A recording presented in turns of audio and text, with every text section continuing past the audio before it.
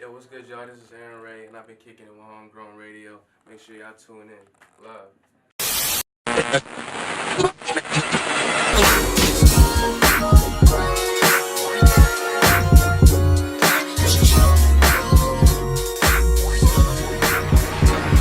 Are we live or are we not live? Say we back at it. Right now or later? Right now. Wait, hold on. I'm nervous. There's too many people here looking at me right now. Say like right now or later? Say we back at it. We back at it, Homegrown Radio. Chuck Dizzle, DJ HED. West Coast. All right, man. Again, shouts. Again, wow. I'm telling the whole secrets in radio. Oh no, this is the second. This is the second show we're recording tonight. So Chuck Dizzle fucked up the element of whatever, man. Illusion and like, oh, we live and all that bullshit. But we are back at it, right? No, you back at it. Shut up. I've been at it. Hey, shouts out, boy. I was gonna shout you out too, man. Fuck that. I was gonna say shout out to the West Coast Lace. Shouts out to Lace South Bay. Oh, we definitely shout that out. Lace South Bay. You know what I'm saying? And there was a girl, I want to shout her out, Poet UB. Shout out to Poet UB. Yeah, one time, yeah. I reposted her video on my Instagram. She drove from Pomona to go get a hoodie, and she could have ordered that shit online, but I think she just wanted to pull up. So shout out to her and West Coast Lace. We're gonna be doing some big shit for BET weekend. Can't talk about it, but You just talked about it. no, I didn't talk about it. Okay. I didn't talk about it, but you know, You just said some big shit, so now we're gonna be looking forward There's to some the big shit coming. So what if the big shit doesn't happen? then I'm fucked You up. fucked up. Yeah, I fucked All right, up. just let You the know? record reflect that you almost fucked up. Well, it's not. We can erase the episode. No, we can't. It's going out. Homegrown Hey. is shot before a live studio audience. Get it, Pat. Swing the goddamn camera over there, Tom. Woo! Yeah. There you go. We fake as fuck. Yo, gotta shout out to the homie Jerron Clark on Twitter. He said we need to get some swing the goddamn canvas Tomas merch. All right. So we might have to. I don't think Tomas can wear that T-shirt to his home when he go home to see his parents. They say Tomas swing the goddamn camera. It ain't gonna work out. They be like, that's what you been So over this there what doing you with them doing? with them mayates. Yeah. You know what I'm saying? Wow. All right. Also, since we're talking about the West Coast Lace, man, I got to shout out to my boy JC from the city of Carson, man. He actually drove down to Laced to get a West Coast. He got a whole bunch of West Coast shit. Matter of fact, I'm gonna show you this shit now. He told me to show you. He went on there, down there on Easter. So shouts out to JB for opening up the shop for him and letting him do his thing. So he wanted me to show you this personally. He was like, "Yo, show Head that I'm rocking this shit." Him and his son out there rocking that West Coast Lace shit at the Laker game too. So one time for the homie JC. Shout out to JC. What's up, bro? Thank you. I appreciate your support. West Coast Lace is we got some more shit coming. We got some Heather Gray on the way. That's a great. It's a color. It's a Heather Gray on the way. Heather Gray is like, okay, what Callie has on right now, is that like Heather? Is that a Heather Gray? I think so. I'm not sure. I'm not. I don't know. They just make the shit. You said it like you knew. That's what the fuck they told me. All right.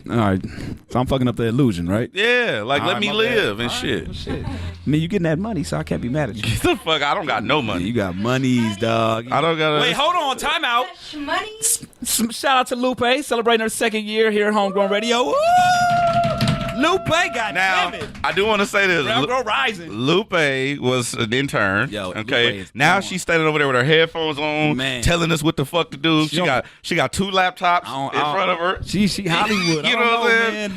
Lupe. I don't even got no fucking headphones on. Right. She interviewing artists that we never even got a chance to talk to and shit, man. You was interviewing T.I. and the Lupe gang. did interview T.I. Yeah, she did, dog. Yeah. She was on panels and shit. Yeah. Hey, Lupe, you on, dog. Lupe is on. So shouts out to Lupe celebrating that second year. We always love seeing people, advancing to the next level in their career. So speaking of T.I., who you interviewed, he actually is now claiming that, well, he's not claiming, he's making it known that he's the creator of trap music. Now, I don't know if that was something that was speculation. Gucci Mane came out and said, yo, he was the one that created the whole genre. Do you know if it's the genre or the name, or what were they saying? Well, exactly? T.I.'s album was called Trap Music. Right, but I think what Gucci is saying is he came out with the... Oh, I'm pretty sure Gucci founded a lot of shit that he don't get credit for. So I wouldn't put it past him. But I don't know. I'm not from that region. So as long as he didn't say he started this West Coast shit and this is the motherfucking thanks he get, it don't even matter. this is the motherfucking thanks he get, then I'm not tripping. Yeah, but T.I. did had an album trap music 2003. So that's what basically T.I. is saying. Like, yo, I'm the one who created this shit. So put some respect on my name. I do want to talk about this real quick because this is a topic of discussion all week, and by next week it won't be relevant. Of course. So shout out to all you women. Matter of fact, let me read what I wrote. Damn. Let me read what I wrote. Looking all shots. Yeah, like Arin that. Ray, come on in, sit down, brother. Perfect. Because this is a perfect time for you to you R&B come ass in nigga. on with the bullshit. Sit right there. Yeah. Don't do that. Nah, don't do that. I'm trying to win over. He doing all the R&B shit. Yeah. Right Hey, what's up, ladies? How y'all doing? Hey, what's up, ladies? You know what I'm saying? I'm Arin Ray. Sit your ass down. All right, listen. This is a perfect time for you to. Goddamn it, Arin Ray's in the building. Talking about swing the camera real quick. Yeah, Arin Ray. What's up, big dog? All right, real quick, put it back. All right, so let me read what I wrote to these women who's talking about this cheating shit. Hey, man, it's about to be some bullshit. So this is what I wrote on Twitter.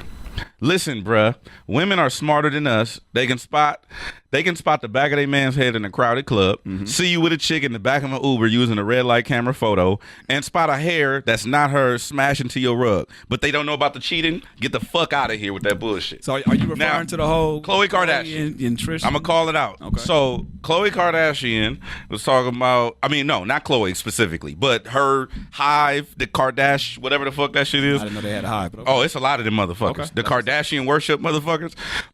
They be talking. They was all like, I can't believe this and all that. She fucking with an NBA guy. You don't know what's going on. Get the bruh. That's what you're saying. Your whole point is like she don't know what's going on. You know why I don't wear bandanas hanging out my pocket? Why? Because I don't want people to think I'm a gang member. Got you. You know what I'm saying?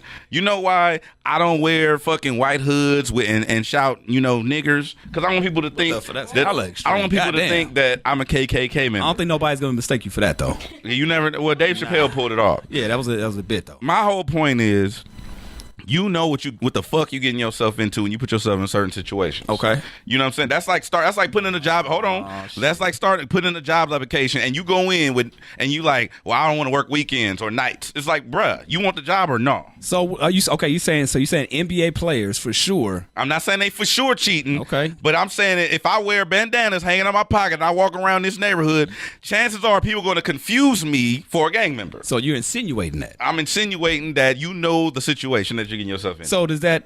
Let's ask Arin Ray. Arin, being in the entertainment business, swing the goddamn camera, Tomas. Do you feel like that's an actual statement? That's true. Do you think people in the entertainment business is that still fluid through everybody? Like, can you be in the entertainment business and be monogamous? Can you be faithful? I definitely think it's possible. It's up to the person. You know what I mean? I definitely think it's possible. Gotcha. Yeah, it depends on what you doing, where you at in life, and what you choosing to do. You know what I mean? It ain't really. I don't think it's an everybody thing. Right. It's a you thing. Yeah, I mean that's my whole point. I think it's based off the individual. So you're insinuating that most NBA players. I'm insinuating that if you can't. Oh my gosh. Yeah, here we go. I want to say this properly because I know it could be like people shit I be saying be fucked up and people be like, oh, head tripping again. Go. People already say it anyway, so go. I think that she knew what she was getting herself into. Put it this way. This is what I told Ani the other day in our chat thing. I said, when you engage in high profile relationships, there's a high chance of infidelity. Damn. That's just what it is. Okay. Facts. That's based off of what though? That's based off of what we see. Name a high profile relationship. More times than not, you're going to see some infidelities happen. Will and Jada. They be doing that shit together. Oh, damn. Will and Jada, I think Will and Jada be with the bullshit. They be with all that bullshit. They be tagging in. I was like, 1, 2, kick out. Tag another nigga in. You know what I'm saying? I think they with all that bullshit. So, I mean, because we had Duckworth in not too long ago, and he said, shout out to Duckworth. He said he's into to multiple relationships, and I don't know what the whole term is. It polyamory or some shit? Yeah, I'm with that shit. So, do you think that's a way to save? I'm trying to get that going right now. So, you know what I'm saying? I'm trying to figure that situation. I don't think my weight is up enough to like people ain't be like, hey, look, this is my girlfriend and this gonna be your girlfriend. You definitely got to get a couple more bags. This is our girlfriend. You got to get a couple more bags first. It's not gonna work out. Yeah, I need a bag fixed. Arin Ray, what do you think? Do you think it's possible to have? First of all, are you in a relationship? Yeah. Okay, you're in a relationship. Perfect. Thank you. So because he's not gonna be honest. I don't want to do this. So interviews over. I don't want to do this. Is that what you're saying? His girl will be watching this shit. All right. How long you been with your girl? Pretty much like 2 years, but this is my mother's my son's mother. So oh yeah, we ain't finna talk about this shit with you. I ain't finna do you like that because it's gonna get ugly. But no, I think you definitely go through your things with being in a relationship. That shit's hard as fuck to me. You know what I mean? But it's like it's a choice, and I don't know. You feel better. I don't know. I feel better when I'm doing better shit. I'm being. I'm just on my music shit. So Just focus on that. Yeah, that's what I usually try to focus. What do you feel like the most challenging part of being in a relationship, being in the business and being in a relationship as well? I mean, I think it's just like you said. It's really it's just so much around you. It's a lot you can see, and then with being in LA, you know, and what I've experienced, you know, what I've been through, like. You're just gonna run into a lot of shit. Look how big I got. There's a lot of shit out here. But it's real as fuck. Like you can, man. And it's like. But do you have those honest conversations with your lady and say, "Hey, look." Hell no. No. Listen. But I'm saying, like, hey, like, you know what it is. Like, there are people around. I'm gonna look. Or do you guys? Does she even catch you? Or like, do you guys have those honest conversations? Or it's like, nah. On me. Like, it's really. Who that bitch? Like, does she look at you like that? It's I don't know. Right now, it's like we're building. So we're building, like, you know, learning how to communicate and learning how to do that shit. I'm getting older. You know, she's older than me too. So it's like. Oh, you got your older one. Yeah. So I'm just, you know, I'm learning myself. So you know, I like your get down, bro. And shit, you know, but I'm definitely, you know, trying to be better at this. I like your get down because if I had the option to run that playback, I would have probably ran that same play. Shout out to Araceli from Long Beach. She turned, you know what I'm saying? Out. She made me a man when I was 19. Yo, you know what I'm saying? Look, I done said she's you know what I'm saying? West Coast. Yeah, I swear Araceli's like a sponsor because you mentioned like bro. 4 times. Hey, no, you don't understand. Araceli from Long Beach was that nigga. You know what I'm saying? God damn. Now I'm just saying, no, God is good. You're originally from Cincinnati? Yeah, Cincinnati. All right, so how long you been in LA? I've been out here almost like 5 years. 5 years. It'll be 5 years in June. Gotcha. So what have you noticed the biggest difference from the hometown versus being in LA?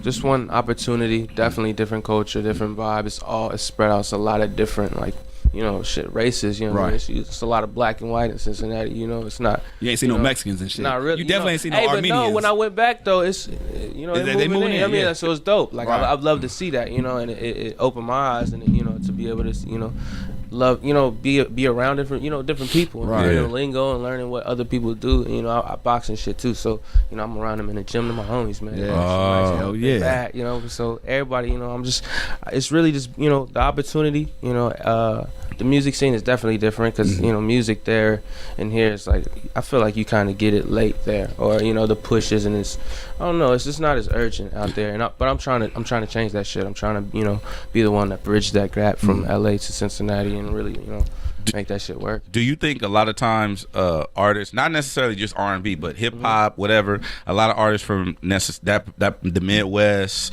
that region gets not necessarily overlooked, but don't get taken serious? Because I noticed that there's a couple people that I know from there's Ohio. I mean, not from Ohio. I'm sorry. What's not Cleveland, but it's another part. What's Dayton? Dayton. Yeah. Dayton. There's an artist I know of from Dayton, and he says something to the effect of, I feel like we don't get a fair shot. No, I mean, definitely. I mean, I had to come out here. To you know make what I mean? shit pop, I've been out here 5 years. Right. If I would have stayed in Cincinnati, it would not right. happen because, you know, it's not a lot of people going back, even though if they come out here, you know, but it's not a lot of people from Cincinnati, you know, really doing it out here. It's a few of us, you know, and that have come out of, I guess, kind of like my age group, you know, my homie Steve, my brother Eris, you know, they've been doing their stuff with Zan and everything. So it's been cool, you know, and Lambs and all them. But, and then Trippy, he's from like Columbus. He from some shit over there. Yeah, but no, I mean, I guess, you know, it's kind of coming up. But as far as I think we definitely get overlooked. But that's just because of where we are and what's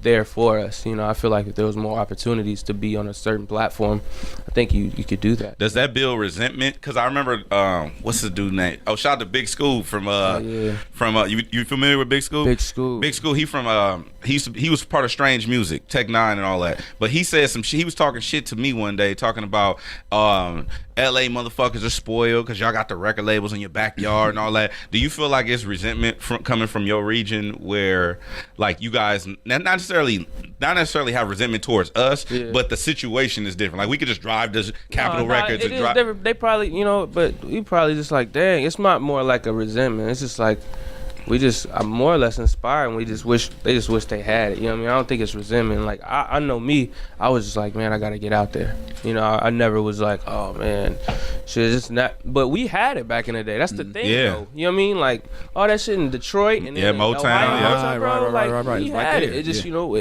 everybody got their time. So I feel like right now, LA, New York, you know, Atlanta, for sure. Houston, everybody doing their thing. Florida, you know. So right now, you know, we gotta build that again, and that's up to us, you know, as a unit. unit. We gotta make that better. So it's not y'all fault. Why LA, not New York? Not New York, cause it was at the time as far as me moving. Yeah. I just wasn't with the cold shit like that. You know? Yeah, I'm with you, dog. Fuck Hell that. It's yeah. like me right now. I'm hella I mean, it's pissed. expensive out there too. It's a lot more busy. I feel like I just wasn't ready for that at that time because I moved out here when I was 17. So it was like, I thought, I'm around my people. I'm around some weed. I'll probably be cool. You know what I mean? Like, I'll be chill. But LA, bro. Yeah. It's the shit. I'm with it. I love it. So you have like music in the background. It's like literally all your family does music. Everybody's connected to one way or another. How was that like? Because I've seen people either go towards it or get pushed away from it. For you, was it automatically like something that you wanted to do, or was it something that you were pushed to do? I wouldn't say first thought, but I just love music in general. So I just always like to listen to it. But thank God I was gifted with the talented. Look, I'm gonna give you an example, right? Because I was 5, my mom put me in piano lessons. Right. I hated that shit. Yeah. And then he picked up the trumpet like a loser. I did the same. Well, I took piano lessons and I took guitar lessons, and I lost my guitar, left it at school one year. I did all of that, but as far as singing, I was just always in the church choir, and I always kind of always gravitated back to it because everything else I tried to kind of do just didn't necessarily work. Like football, I was too small. Like I was too small before high school, and then I went to an art school that didn't have a football team or too many sports. So it was just better figure something out. You know what I mean? And then you in Cincinnati, so it's just like it's like too much you could be doing. Yeah. McDonald's. Yeah. I'm cool. Like, did you have any jobs in between time too pursuing the music? I had one job before the X Factor, and that was like that year. I was a camp counselor at my neighborhood rec center, and I just I guess mentor the little kids and the kids around my neighborhood, and just be an older homie to them, just like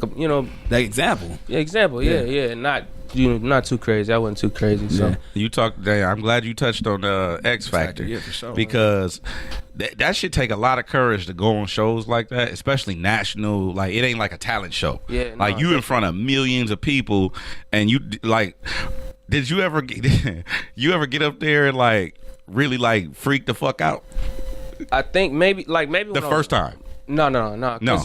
I feel like that whole thing, I was just like, I was blind to that shit. I really didn't understand what I was getting myself into because I'd never done nothing like that. And even with being in school, like I never really auditioned for the plays, auditioned for all that shit. So really, like X Factor, I only did it because my mom was like, "Yo, it's this show, it's coming out. It's been in the UK. Simon, all them on it. LA Reed's on it. You want to try it?" I'm like, "Nah." I said no. Oh, why? She was like, "I'll do it if you do it." And Get the fuck out of here. So your mom tried out too? Yeah, she made it through all the little prelims too with me. Like wow. she made it through. It's just a call that you get to go to the bigger judges or whatever, and she just didn't get that. But I mean, my mama can sing, so I ain't worried. They see that that's whole some system bullshit. is flawed, my G. So how the whole fucking family talented? Yeah. It's definitely not about the talent in any sense, and it sucks to say that because. But wait, back up. You said wait. What did you just say? I missed it. I was talking shit. No, he said it's not about X Factor. It's not about the talent. Just in general, them shows, like I think they getting better. I think The Voice is definitely about the talent. And then I seen the American Idol stuff that's been cool lately. But it's that shit still on. It's a lot for TV. Yeah, I guess. I thought they were done. I just saw like a little preview. They brought it back. Yeah, I just saw a preview. Oh, come on, for dog. Like Katy Perry or someone on it. But wow. Nah, it just. I don't know. So seeing that, like you're 17 at the time, and kind of being 15. You're 15. Yeah. Okay, so your mom had to be with you anyway. Yeah, she had to be. No, for real. Like, look, baby, I'm gonna with me. Like you know, you got finesse, right? Like that was just a double chance. You know what I'm saying? For her to get in, basically. Nah, it was lit, man. Maybe work out. She had a great time. It was good. But for her or for you guys to go through that experience and you seeing like the setup and everything like that, I can imagine that's an early introduction for you to how the music business really works. Most definitely. So for you, when you see that, are you turned off of it, or are you like, damn, okay, I see how it works, and next go round I'm gonna make sure I do this? Does it motivate you? Both. Okay. Because at first I was hot. I was pissed because I'm like, man, like. Bitch, man, you know what I'm fucking bitter. I was mad because I was like, man, why ain't nobody messing with me? Like, why ain't nobody like.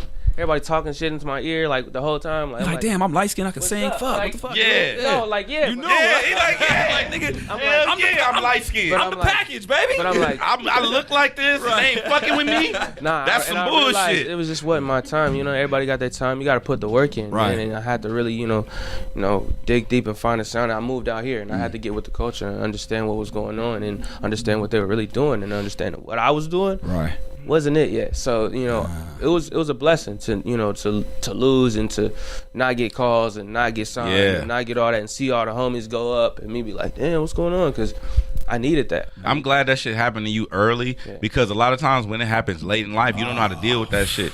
And I think not to take nothing away from like Bow Wow, I fuck with him, but like what he going through is because I think that it wasn't a lot of bullshit in early. It was just I'm famous, I'm the nigga, like doing like sold out arenas, and then you never get that. Yeah, you never get that like that crashing harsh like reality check. I'm glad that you really, because it seems like if more artists got that early, they would be a lot more humble going like when they go into these offices and talk to these white people, and they be, you know what I'm saying, and just be fucked up. Like I be seeing a lot of artists shoot themselves in the foot because they haven't had a humbling experience like that. Nah, yeah, that was definitely humbling, but it was cool, man. I really needed it. It was my first time to LA, so it got me, you know, it was a stepping stone. Everything I'm trying to use is just motivation. So yeah, man, I'm just trying to stay me, man, and just do my shit. Go ahead. No, you good. No, I was gonna talk about when you moved to LA. Like, what's the first thing that you was because you came from Cincinnati? That's not a big city like that. No. So when you got to LA, what was some shit that threw you off? Like, shit, like he already said, he said Mexicans. Oh shit. No, I'm not talking about that. I'm talking about like the get down, because I know the food is different. Oh, it's definitely better. So. Okay, I was about to say because some people, what's the name? Moneybag Yo was like, the food when I get home. Like, bro, don't act like this LA shit ain't fire. Right. No, it's you know some fire stuff out here. Y'all got some good food, man. Y'all, I guess y'all didn't show me some shit, but Cincinnati, man, where I went, he know what's up. He didn't see some of it. They got some good food out there. They could throw down. But what had to get used to is just shit, how big the city was and moving around. And, you know, I wasn't an adult yet. I never like done that before and been by myself. So I was getting on a bus, moving around. Really? Like, going to the studio. What area were you in? At first, when I first got out here, I was in Van Nuys. I was on Satacoy. I was living on Satacoy. Damn. I live close to over there now. When I was in Van Nuys and on Satacoy, and then, you know, moving around and couch hopping in studios, sleeping and shit. Yeah. You know?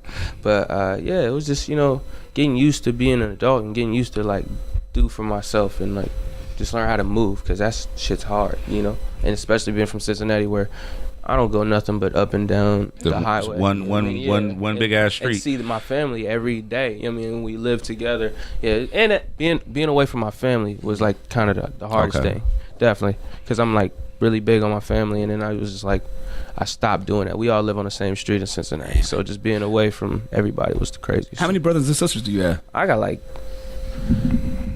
8 or 9 sisters. Yeah, my dad got a few kids. Papa was a Rolling Stone, huh? Yeah, he's chill now, but he light skinned too. No, he like my. Well, I'm light skinned. But he's like a little darker than me. Okay, he's a little darker than me.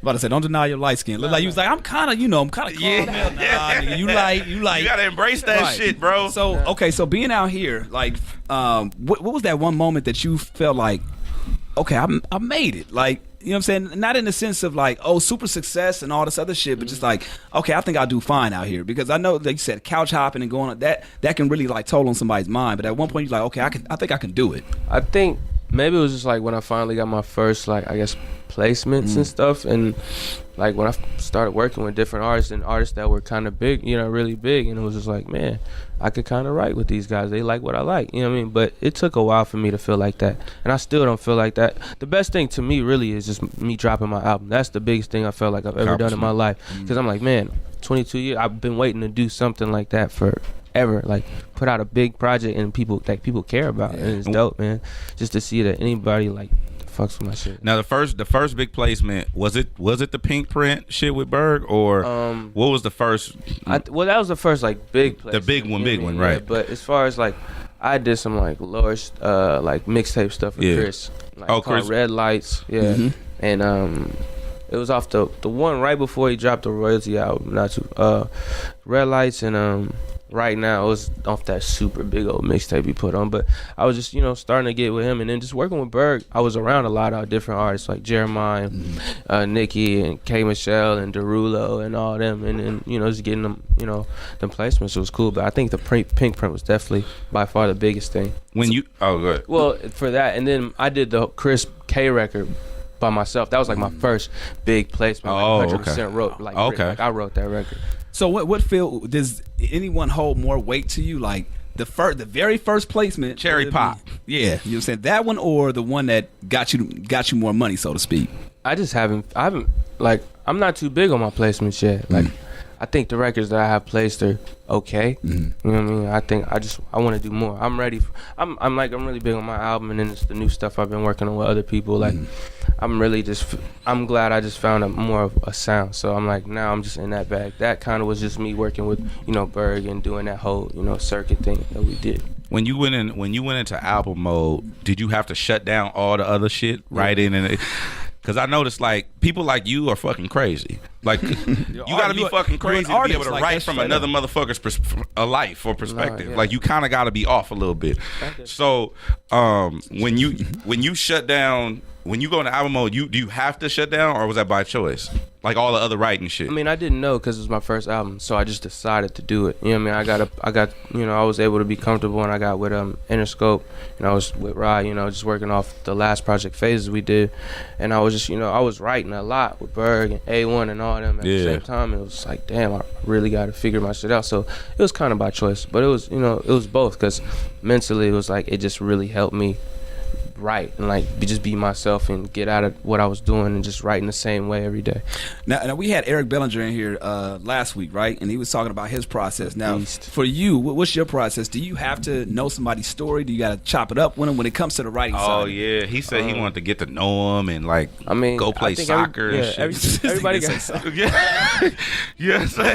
What? Soccer and shit. Yeah, first shout out to Eric Bellinger. Yeah. That dude's a beast. He's an incredible writer. But my process is, I can get to know you, or I can just start making a beat and you can start vibing to it, or we can just like, it really don't matter. It's really what the artist want. I'm laid back and I'm chill. And then when I was working with Berg, a lot of the times I would just kind of chill back and let them, vibe and chop it up, and I do melodies. Like I'm like a melody guy, so how I kind of start is if they got a beat or we had a beat, I'll just go in there and do all the melody for the shit. Gotcha. And then we'll all, we'll collectively write to it, and pick apart. So it depends. It's just really, what the artists want. But usually we just did our own thing and they just picked it. And so you have to have the production first to kind of start off? Nope.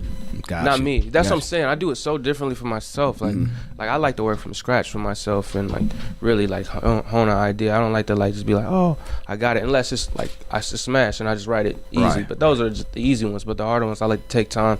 With the maybe the smashes weeks, are the easy months. ones. Chuck. Yeah. They are. Yeah. They are. I'm just saying, you saying that from a talented perspective. We don't know. Who was we talking to? Ty Dolla. I hate gifted motherfuckers because they just make shit be so easy. Like, oh yeah, I play anything. I play keys, drums, guitar. Like that's not normal, bro. You know what I'm saying? Like in the way you just said, it's like, oh no, the hits, those come easy. Yeah. You know what I'm saying? The other shit is the hard shit. Well, what? Like that. You know what I'm saying? But it's just gifted people like that where everything kind of comes easy. Talking to somebody with no talent. Yeah, at all. What we doing here right now? You know what I'm saying? We got talent, bro. Come on. Yeah, but we can't write hit records though. Yeah. You know what I'm saying? Hey, right. Shit. Today's world, you might be able to. Yeah. Right. So you see how he shaded you? Right. And he bigged you up at the same time. He said, yeah, nigga like even you a could make stupid a ass hit nigga record. like you can pull some bullshit out your ass. Even you could write some bullshit right now because niggas is getting on. So do you think that being in today's industry, like in the music business now, coming up, is better than possible? I guess my question is, would you rather be doing things right now would come up like maybe, let's say 10, 15 years ago, or the Motown era? Like, I would have rather been with them niggas. In the Motown? They was hard, and I love to compete, man. Right, I love right. It, like, so there's no competition now? No, it's competition, definitely. But it's like, man, what people wasn't competing. Like, it ain't like that. Nah. people was really making records to survive and eat and do all that. I seem like it's just for fun these days. You know what I mean? It's like it's not really no love in that shit no more to me. Right. But it is with some new R&B. It's some new R&B cats that I really love, and it's some new rappers that I really love. You know what's some classic, like what's the go-to classic R&B for Arin Ray? Like when you want to get in that vibe and you go to like, I don't want to say 90s or I don't want to give you a time period, but first, I mean, Michael's my favorite, you know, but you got to go back to like, I like, you know, more the kind of the writers, you know what I mean? Like Marvin, he wrote a lot. Michael, he wrote a lot too, but I like Marvin. I like the Bee Gees, man. The Bee Gees? Wow. Yeah, man. Damn. We never gotten an answer before. Hey, they nice. But Babyface, he's the coldest writer of all time. Babyface, Music Soul Child. I just like, you know, real, like, feel good but different. They always made a point to make like something kind of left. Everybody you named always was different shit. Yeah, so you know them, Bobby McFerrin, Al Jarreau, I really like them. You know, but I like, you know, the 80s, like the old, you know, the white shit. You know, Phil Collins. You know, the white shit, Caucasian. No, I love it, but I love that shit because that shit really inspires me, and like I love all types of music. So. And it's expanded your palette too. Like if you listen to different type of shit, it's gonna obviously help you write different shit or the sound.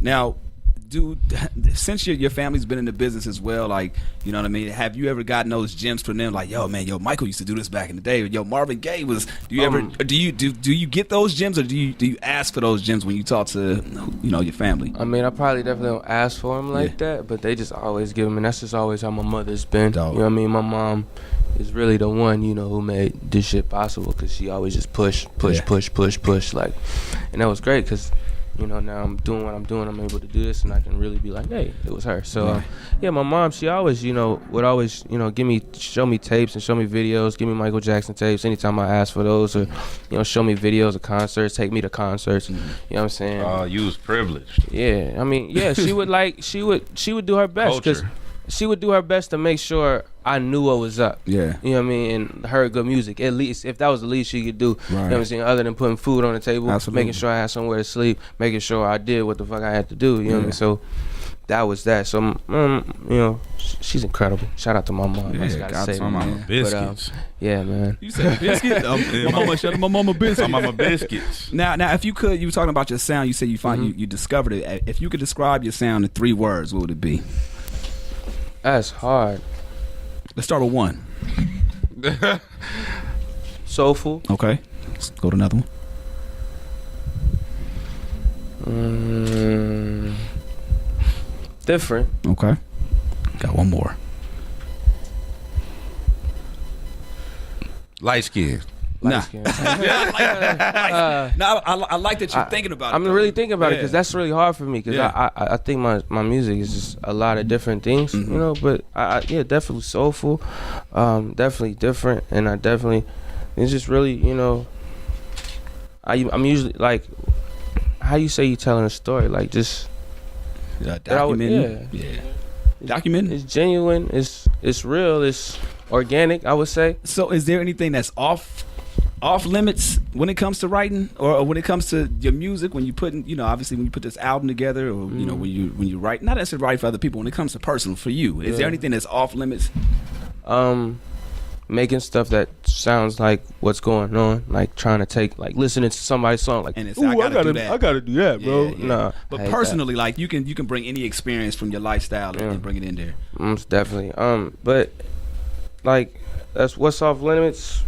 I mean, nothing's really off limits. You know, I don't really try to think like that. I try to think of having, you know, the most shit. Try to have of everything. Try to try anything. You know, like, I never try to shy away from any genre or any like sound or any. I don't know. Like, it's a really hard question. No, I just think only reason why I asked that is because sometimes people don't open themselves up when it comes to it, and it's like they think about making the hit and thinking what everybody else likes versus tapping into what they want to go in their struggle, and not knowing that helps people relate to their struggle and the shit going on. You know what I mean? I just try to take from my life and put my writing into that. You know what I mean? I definitely put my writing into what happens with me. If all them songs pretty much, it was something happened and I came and wrote it in the studio that day, you guys rock. So I don't know. I just be feeling that shit. Yeah. I want to ask you about this. Now I had to pull it up because I couldn't remember it because I'm not, I'm not talented. I'm not you. So I'm gonna read this to you. Then I want you to explain it. Okay. All right. It says, I'm interested. What's your motivation? Right. You say you know me, but got no relation. Your Instagram got you feeling famous. Could give a damn about your confirmation. Yeah. Break that down, because that's some shit. When I was listening to the song, right now, the reason why I want to bring this up is because I always be on Instagram chicks' head. Yeah. I be on their head because it's like, bro, like, fall back. Like, sometimes you know what I mean, with that fake ass. We see it around this place. Okay, bet. So I have a feeling that the motivate. Now I want to correct me if I'm wrong. I have a feeling that the chunk of this second verse or this part right here came after you moved to LA. Oh, everything. He was like, yeah, 100%. Basically, like it's some old because obviously like from back in the day, but like it's really like what I came and realized out here as just growing up as a man, like just really learning how this shit go out here. Like it's motherfuckers be feeling themselves off this social media, man. Like for real, like really about to kill themselves off this social media shit. Like, I know. And we'll die for this shit. Like, and it's crazy to me because it's just. Like, I have to turn off my phone, and like I hate like low-key having a phone because it makes me crazy. I get anxiety watching everybody's shit all the time. Like, for real? No, for real. I'm just because I'm trying to figure out what's up with somebody else. Like right, matter. Right. Like, why do you matter this much? That I'm gonna spend my time all day trying to figure out what you doing. Mm-hmm. I mean, it's cool because some people you like, some people motivate you, some people inspire you to do certain things. So you follow them, you follow those people. But it's like when they get all crazy, and I'm just seeing people driving and shit, stealing shit from everywhere, and doing some dumb shit. Like, I be like, man, what is this? Like, my head get crazy. So what's your motivation? Because the reason why I picked that part is because I mean, obviously the song, but when I noticed that a lot, it's a culture shock from people that move here from elsewhere. It don't even matter where they move from, unless it's from Miami and they with the Taz Angel shit or whatever the fuck. Unless they living it up somewhere else. But most of the time when people move here, it's to better their day life or their career or a situation like that. And when they come from other places, this motherfucker be a motherfucker. Mm-hmm. So that's why I was curious to know if that came to you once you moved out here for sure. Definitely, all that. That's exactly, you explained it exactly right, because motherfuckers be feeling themselves, man. So I'm just trying to put my everyday life into that shit. Now, everybody see. Platinum Fire, man. Talk about putting this album together. You said obviously your first album. Mm-hmm. Putting it together for you. Constructing it, what were some of the things that you said, okay, this is what I want to make sure. I want to make sure that this message is out there, and before putting it out there. Well, constructing it, I guess the message I wanted to send was. I don't think I was really trying to send a message. I think I was really just trying to, I was just trying to find a sound and just figure out songs because I didn't really know what my album was gonna really sound like. I didn't really have for this time a theme for this one. I was just trying to make a collective of songs that kind of sound like this, the way, but. We Ain't Homies was the first record I did. Wow. So it kind of really just shaped me into, some of what and then Old School was the next song. Mm-hmm. And then I did Platinum Fire. So like all three of them was within like the first kind of month right after Phases. So then I knew I was just like, I got to kind of stay in this vibe because I'm feeling it. I needed kind of that like 80s, but R&B soul, but still, I don't know, that shit, but. I want to ask you this because a lot of R&B, people who love R&B love R&B, and people who it's not really a balance. Like me, I do not like R&B music. Like I'm not that guy. I'm not really emotional. That I really express myself verbally. So. Do you think there's a space in music now for like that shit you was talking about, that real R&B? I know it's a fan base, but I'm talking about as far as the mainstream, like it used to be. Do you think that that's still a space that's available? I think it is, and I think it's just getting bigger. I think it's getting bigger for us. I think a lot of us are pushing that wave. So hopefully in a few years we are, back into that. I think it's R&B and that real like, I don't know, just saying what you mean. I think. you know, we're in an age that everybody just get to say what they want. What they want to say. You know what I mean? You see what the president, he say whatever. Oh, the president be wild. Shoot it off. You know what I mean? We living in a real age where, like, you say what you want to say, and, you know, people gonna take it however they take it. They gonna like it or they gonna, you know, not. So, yeah, I think it's a space for it, and I think it's opening it up, and I think R&B, you know, specifically is the way to do it. I mean, because there's so much emotion within the instruments and the sound, and, you know, the chords. Like, it's a lot that comes from R&B music that's just not just, you know, that's typical.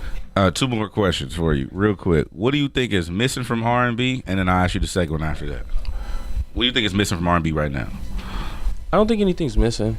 I think just, no, I do. Exposure to all the artists that are doing great, because there's a lot of R&B artists that are really, really good, like really fucking good, and that don't get the shine, you know. And like, I'm just, you know, I want to be a part of that way that really, like, you know, ups them, because I think, you know, a lot of people deserve that R&B music. I think a lot of people deserve to be, you know, on that platform, because shoot, they take from it every day. You know what I mean? If it ain't R&B, then what is it? Now, has anybody ever told you that they were engaged in physical expression with their lady to your music? Yeah. People you know? Yeah. How does that feel? What is that like? It's weird. Yeah. But it's funny at the same time. But like, bro, that's really weird, bro. You just really told me you was smacking your lady today. I really don't want to know. But, Yeah. Good but luck, thank I mean, you. for the You know what I mean? Like, but thank you, bro. You know what I mean? Yeah. You cool. Have you ever done it to your music? Wow. Maybe on accident. Nah, you vain. No, for real. I can imagine, man. You wouldn't want to hear yourself singing like. Yeah, it's kind of weird to play your music, but I think R. Kelly I don't do think that I just shit. be naturally. He probably does. R. Kelly be fucking all his shit. like TP play. too, It's bitch. whole different. Like, Yeah. I got the TP2. whole B-sides. Right. Yeah. Yeah. Oh, for real. Go ahead. Oh, my thing is, I want to know, because I've been accused of being emotionless. I've been accused of being kind of an asshole. Accused, motherfucker. You admit that shit. What are you talking about? I've been there allegedly. Ain't no alleged about it. You said this shit yourself. Allegedly, I'm You like. just said I'm emotionless 5 minutes ago, right? I said apparently. All right. Anyway, you didn't. Apparently, I'm kind of I lack it in the emotional realm. You know what I'm saying? Okay. How you being an R&B singer and you light skinned? How can I improve my communication with women? Because my delivery's fucked up, is it not? Yeah, your delivery is all fucked up. Okay. I mean, I don't know how bad your delivery Oh, is. it's fucked. Just imagine whatever the worst you can think it is, 2 times more than that. Damn. Yeah. I mean, To the extreme. You can always be cordial. You'll always be nice and respectful, but, you know, don't change shit. You All right, know, let's be you. Let's do this Always. real quick. I want to do the Arin Ray translator. Okay. All right, so I'm gonna tell you what I actually said to a woman, and then Tomas gonna swing the goddamn camera, and you tell me how I should have said it. Okay. All right. So there's something I said to a woman. Okay. I said, you know what? Sometimes I just don't feel like fucking talking to you. Hey, you know what though? That's not really bad though. You know what I mean? To be honest with you, You said the same shit. I would say the same shit sometimes. If until it Okay, gets to a certain talk point. one up for the. All right, bet. what I'm saying. That's Give him one another. win. Give him one more. Give me one more. All right, one more. What did I say? I said, what did I say though? I don't want to go to the extreme. Yeah, what did I say? What's something I said? Nah, you don't want me to do that, dog. Yeah. No, What's the you don't want me to do extreme, that. man. What Say is it. that? Bruh, nah, I can't put you out there like that, dog. I Put can't. me out there. Come on, man. Yo, he a good friend. Bruh. All right, well, fuck you then. Yeah, I can't do that, dog. No, There's gonna be names and all that shit. there ain't no dog. names. Just say what I said. What did I say that's fucked up? That you thought was fucked up? Nah, dog, I ain't gonna do that to you. Nah, That bad. I can't do it. It was that bad? Yeah, it was bad, dog. Oh, is it the most recent shit? Yeah. Oh, yeah. That's why I was like, you want me to do that That shit? shit gonna be a little fucked up. You know it's gonna be on the what I'm saying? iHeartRadio app. We might have It's to going take a break. worldwide. Okay, no, something else I said to a woman. Oh, she asked me, she said, hey, does this dress make me look fat? I said, no, your face do. Nah, that's fucked up. Yeah, that's bad. So how would you Does this translate dress that? make me look fat? No, but your face do. Give me a way to say that. An R&B way to say that. He's stuck. Hey, you just gotta I start. don't even know, Hey, bro. you just gotta start harmonizing. I'm like, for real, I just wouldn't even say nothing. I don't know what to say. When does this make me look fat? No. Just say no. Not But at that's all. a lie. It's not a. Is it a lie? Yeah. everybody- No, listen. No, because you just said no, but you can just stop with the but. Don't go. Don't finish the sentence. Don't finish the sentence. That's it. Ah. He's just said that. Just Okay. no. That's it. All right. It's a way to escape it. You know, Okay. you're not Last answering one. Last one. it. Yeah. Babe, how do I look? Your hair is fucked up. Damn, that's crazy. Nah, I honestly, He's stuttering like, and shit. yeah, shit. Just, I would say, you should probably. Nah, I'd be like, I'll probably. To be honest, I can't even say shit. It's crazy. I'm stuck right now. That shit funny as fuck. Damn. No, for real. I mean, I would just try to like nitpick at whatever it is. If the hair is bad, maybe you might want to check this. You see this? Did you? You know what I mean? Just I'm real like paranoid about that shit. I don't like making you feel bad about shit, but I will tell you like, hey, you might want to check on your hair or whatever. But I ain't gonna tell you your hair fucked up. So what's the most like fucked up thing you've ever said to a woman? Babe, like have a nice day. Like what the fuck? I can be rude, man. So I don't know, man. I'm young too. Next question. Yeah. Back around. Yeah. Look, hey, Rod, Right. push Rod over there like, yeah, that's how you do that shit. Get up out of there. You know what I'm saying? Floyd Mayweather. You know what I'm saying? Yo, so you mentioned being a father, man. How's Yes. fatherhood changed you? Incredible. That shit, yo. I thought you was about to say how is fatherhood. No, but No, but that's gonna be my next fatherhood is question. incredible, man. This shit changed me so much. As far as my hustle, it's a built-in hustle now. Like I just do shit. Automatic. I don't like before. You know, I'm a little lazy, but now I'm working, man. Cause every day it's like it's just not for me no more. Right. It ain't about me. It's about him. So I'm like, I gotta make sure he good. It ain't about if I'm eating. Like I cannot eat. I gotta make sure he good. Yeah. Make sure he got food. Make sure he got shoes. Make sure he's not sick. Make sure he to the doctor's appointment. Make sure I'm changing this shit. So I don't know. I'm just trying to make sure he's straight. That it's made me a better person too. Cause he just make me happy all the time. So it puts me in a better mood. How old is he? He is Man. one. Okay. Oh. So I'm about to be on that ship too, man. I'm about to be a go. dad. I Let's got go. a son coming in June. Any advice you can give me? Any dad advice you can shoot to your boy? Just try to be patient with him, man. Cause I have a really chill son, but he can be crazy when he wants to be. So I mean, I just laugh at it anytime he gets crazy or wild or something. He crying, I'm just immune to it now. So just be patient with him, love on him, kiss on him, because they love that. Right. And try not to be crazy in front of them because they pick up on all that shit. Wow. So yeah. Let me ask you this. And now, I help kind of raise my brothers. We wrap up right now. I kind of help raise my brother and sister, right? So when I babysit, they was little, about 1 year old, in the crib, and they'd be crying for no reason. They dry, the diaper not fucked up. They not hungry. I just fed the motherfucker. You know what I'm saying? They just be in there weird, crying and shit. So when they be, I would just lean over the crib and go, back to them. Like, do you think that's effective? Sometimes because they might laugh at you. My son's gonna laugh at you. Yeah. Look at this nigga right here. What this stupid ass nigga right here. My son gonna laugh at you, but with me, my son, he just want to be picked up. They just want love. Like they see you, they want to be attached to you, they want to walk with you. Like a woman. Shit, yeah. Yeah. I guess so. Because my son follows me everywhere I go in the house. Now that he can walk, Like a woman. he literally will follow me. Dad. I go in the fridge. He's in the fridge. I go in the pantry. He's in the pantry. I go upstairs. He's trying to follow me upstairs behind the baby gate. So, Now, if you can construct the perfect track, right? Oh. The perfect track. Who's on it? Who's doing the hook? Who's engineering the session? Like the perfect track. Producer and feature. All that. Producer, feature. Producer, feature, engineer. And you got like what? Two. Can I be a part of this? Yeah, it's your track. Your It's dream your track. dream track. Past, present, future. Don't matter who it is. dead or Well, alive. since you got me producing with it and writing with it, I would definitely love to work with one Quincy Jones. Bet. Because he's got a realm of everything. The musicians that he works, it's a lot of politics that go on. But Quincy Jones, definitely need Ye, just because Ye is always Ye doing what though? I need him rapping, but I need. That old I kind. don't care what Ye I get. I really don't care because it's just gonna be looked at and listened to. You know what I mean? Ye. Can I do Dead or Alive? Dead or alive? Yeah. Damn no, this is hard. Nah though. See, hold on. He said he's gonna backtrack. Let me backtrack. Let's go. I'm gonna need Quincy Jones because now I'm in this vibe right now. I've been listening to like the SOS band and all that right now. So right now in the vibe, I'll go Quincy Jones. What I want to hear right now, Quincy Jones. I want to hear the Bee Gees doing harmonies and backgrounds. Damn. Just the background. Dope. I want to hear Ye on a production with it, and then as a feature, it's like the real feature. Let me get a woman who I really like singing.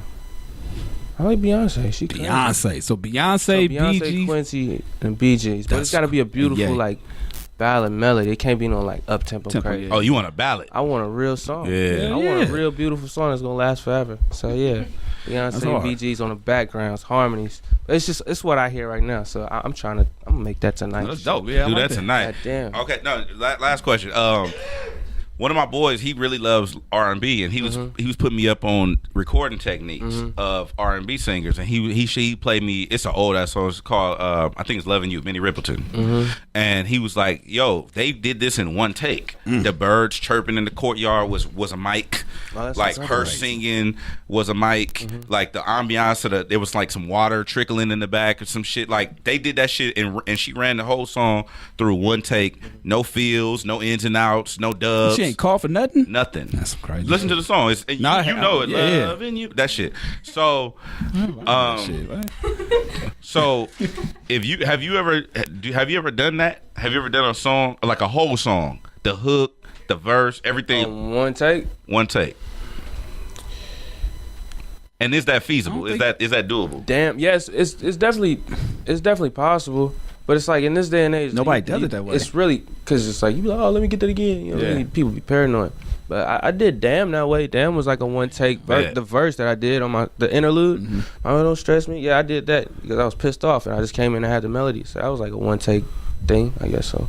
So yeah, I mean, I definitely think it's possible. Sorry, like you just said you was pissed off. You write better mad or you write better in a good space? Probably mad. You on your Mary J. Blige shit? Probably pissed because I just be like.